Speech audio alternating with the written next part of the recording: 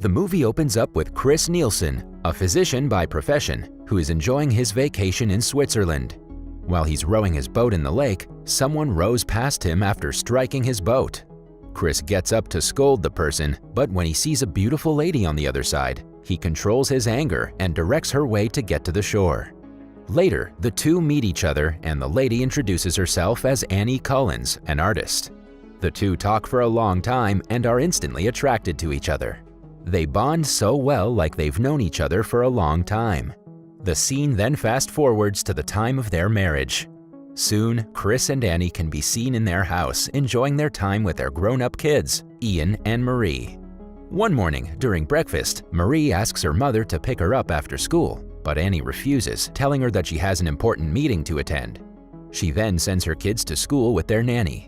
Chris goes to see them off, and his voice narrating in the background informs us about the death of the children in a car crash the same day. Life becomes extremely difficult for the couple after losing their children. Annie has a nervous breakdown, and the difficulties in their marriage threaten a divorce. But however, they manage to persevere through their hard times and remain together. The scene then fast forwards by 4 years, and Chris can be seen treating an ill child in the hospital. While he's putting on the brain scans of a little girl, he gets a call from Annie, who informs him about an art exhibition going to happen that night.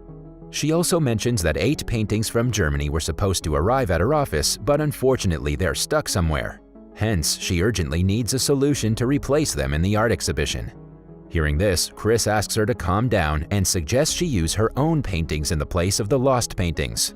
Annie also agrees to do so, and Chris promises that he'll bring the paintings from the house as soon as he finishes his work at the hospital. After a while, Chris finishes his work and rushes home. On his way to the house, it's raining and he notices a number of cars slipping and colliding with each other under a tunnel. He somehow manages to stop his car and runs towards the accident site holding his medical kit. Being a doctor, Chris inquires with the people there if they need any medical assistance. On moving forward, he notices a woman stuck inside a flipped car and tries to save her. Right then, another car collides with the tunnel and comes flying towards Chris, killing him instantly. The death of Chris is a shock for Annie, as she is all alone now. In the following scene, we see Chris roaming around, unable to process the fact that he is dead. He tries his best to approach Annie and console her, but she doesn't listen to him. Moreover, nobody interacts with him. Later, Chris notices a blurred shadow-like appearance who introduces himself as Albert, his friend and mentor from his medical residency. Albert informs him that he's already dead.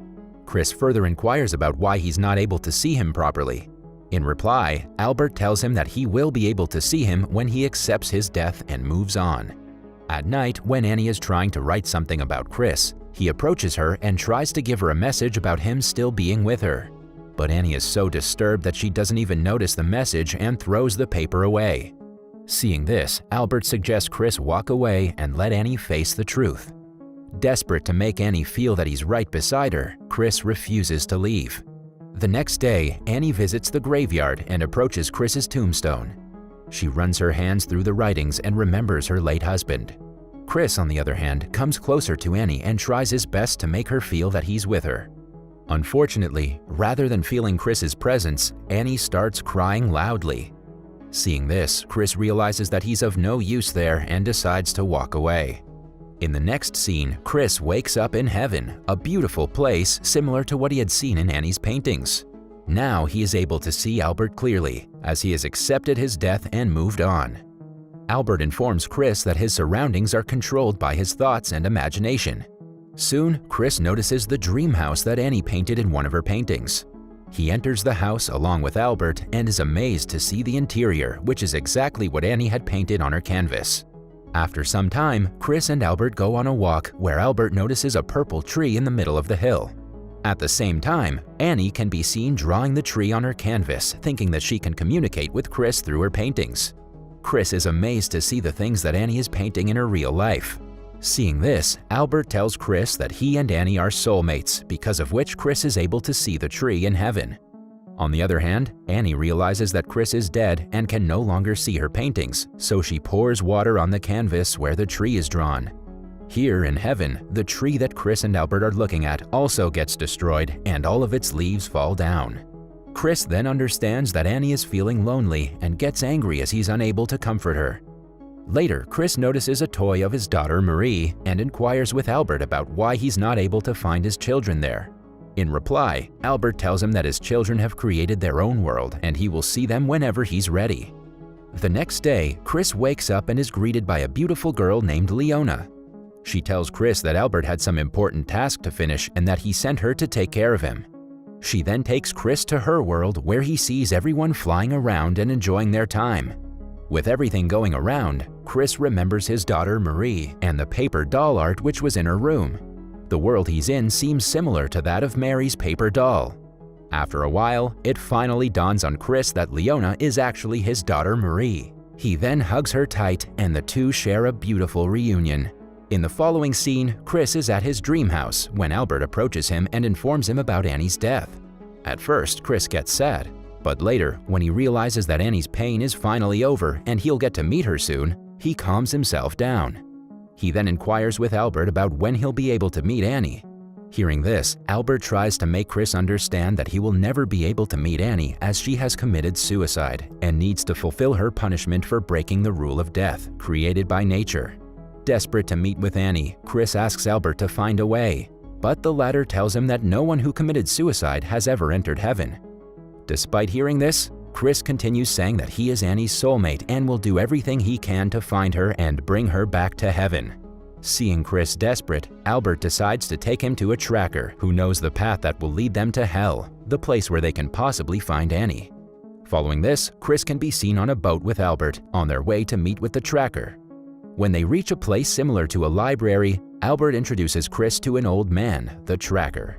The tracker tells Chris that they might be able to find Annie, but she won't be able to recognize him or understand whatever he'll say to her. Soon, they sail towards hell and encounter some nasty weather conditions on their way.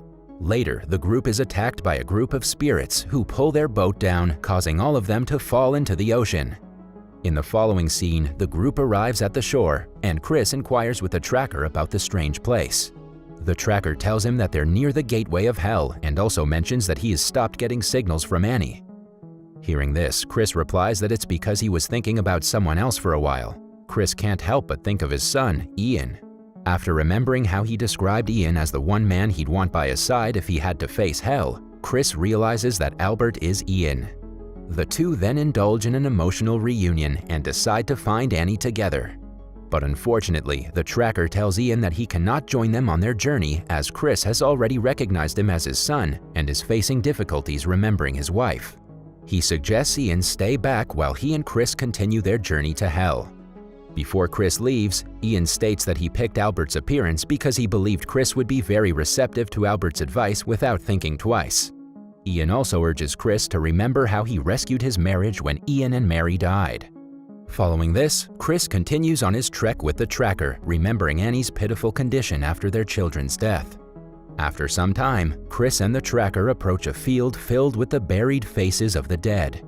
On looking at them closely, Chris spots Annie's face on the ground.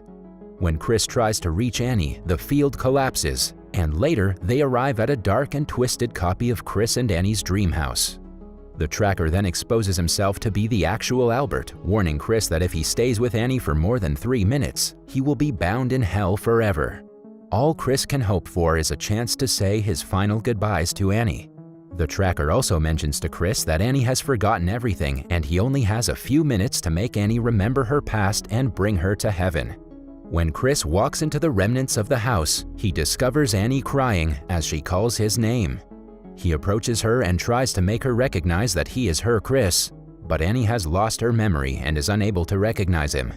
Annie is even unable to recall her death. Despite this, Chris continues to tell her about the time they spent and the beautiful moments they lived together. After spending a few minutes doing so and seeing no progress, Chris finally decides to give up. He gives up, but not in the way the tracker hoped. Instead, he chooses to spend eternity with Annie in hell and not leave her alone in the filthy conditions. Before the tracker leaves, Chris requests him to tell his children that their father loves them very much. Following this, Chris returns to Annie and expresses his intention to stay with her forever. He starts telling something to Annie similar to what he said to her at the mental institution following the deaths of their children. Hearing this, Annie starts remembering everything and realizes that Chris is actually her husband. But it's too late. Chris has already spent enough time succumbing to hell and falling asleep to Annie's nightmare. After getting her memory back, Annie wants nothing but to save Chris. In the last scene, Chris opens his eyes and finds himself in heaven. He realizes that he has lost Annie, but when he turns back, he's surprised to see her standing right behind him. Chris is very happy to see her there and expresses it with tears of joy and a passionate kiss. Chris and Annie also reunite with their children, who have regained their original appearances. After some time, Chris suggests reincarnation as a way for him and Annie to relive their lives together. The film concludes with Chris and Annie reuniting as young children in a circumstance that is nearly identical to their initial encounter.